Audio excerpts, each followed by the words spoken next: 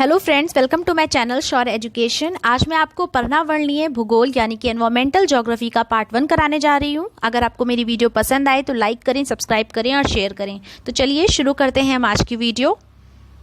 हमारा पहला क्वेश्चन है, ध्रुव तारा कहा जाता है उत्तरी तारे को, पूर्वी तारे को, दक्षिणी तारे को या फिर पश्चिमी तारे को। इसका आंसर हो जाएगा उत्तरी तारे को। जो तारा हमेशा उत्तर दिशा में चमकता रहता है तथा उत्तरी ध्रुव के ठीक ऊपर स्थित होने के कारण एक ही दिशा में हमेशा दिखाई पड़ता है, उसे हम ध्रुव तारा कहते हैं। यह ध्रुव मत्स्य तारा समूह का एक भाग है।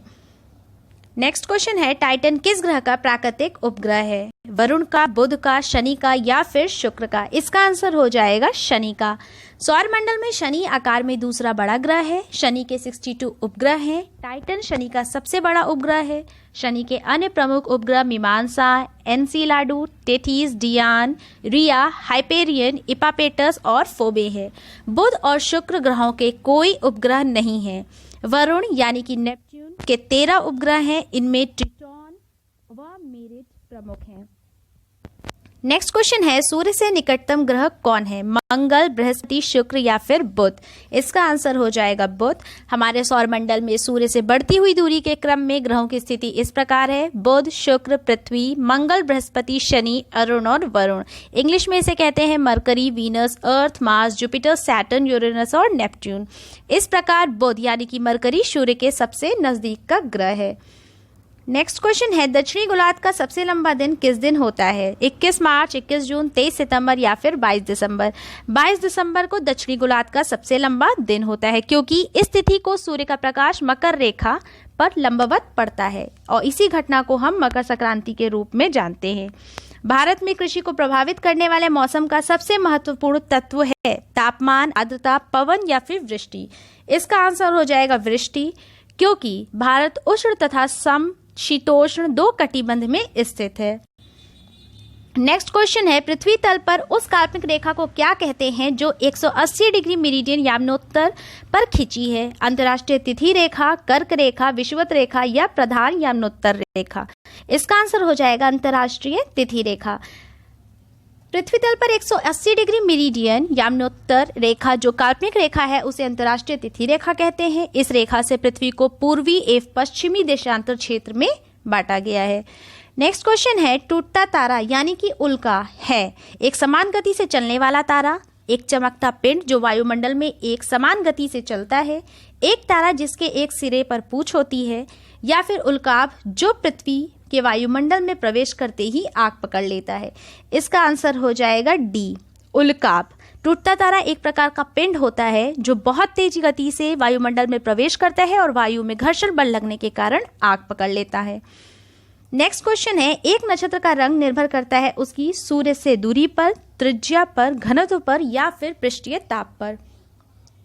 इसका आंसर हो जाएगा पृष्ठीय ताप पर। नीला रंग सर्वाधिक ताप को इंगित करता है, जबकि पीला रंग सबसे कम ताप को इंगित करता है।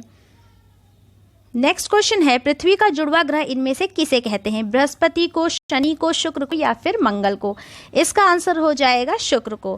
पृथ्वी की जुड़वा ग्रह शुक्र को कहा जाता है क्योंकि आकार में लगभग पृथ्वी के बराबर है। यह ग्रह सुबह एवं शाम को आसानी से दिख जाता है, इसीलिए इसे सुबह का तारा एवं शाम का तारा भी कहा जाता है। यह सौरमंडल का सूर्य से दूसरे नंबर का ग्रह है। इसे पृथ्वी की बहन भी कहते हैं। नेक्स्ट क्वेश्चन है, दिन और रात होने का प्रमुख कारण है? सूर्य का अपनी धुरी पर घूमना, चंद्रमा का अपनी धुरी पर घूमना, पृथ्वी का अपनी धुरी पर घूमना या फिर उपरोक्त सभी?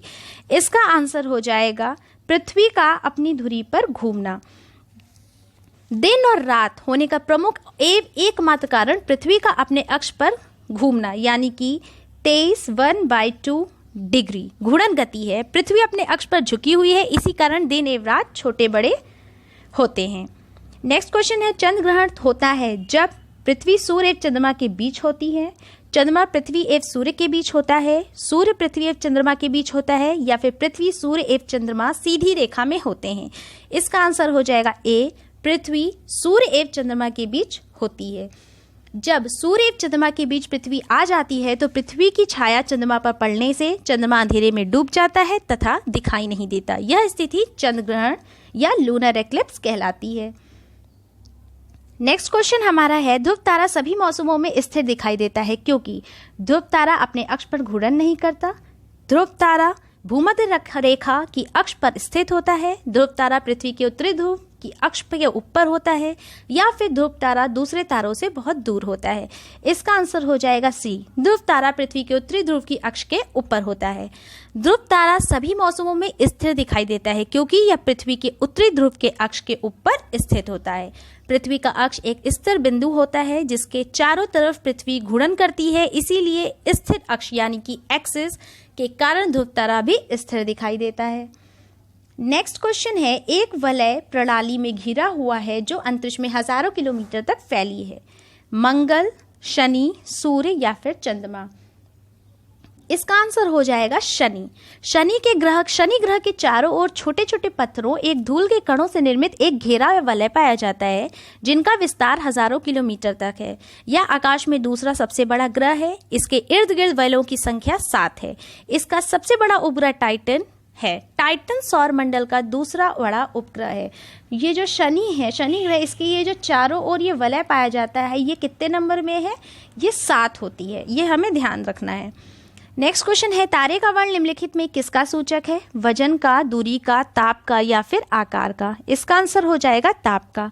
सितारों का रंग उसके तापमान पर निर्भर करता है। वास्तव में विभिन्न तापमान वाले तारे भिन्न भिन्न प्रकार के रंग प्रदर्शित करते हैं। यदि कोई तारा लाल रंग का दिखाई देता है तो उसका तापमान 3000 डिग्री के होता है।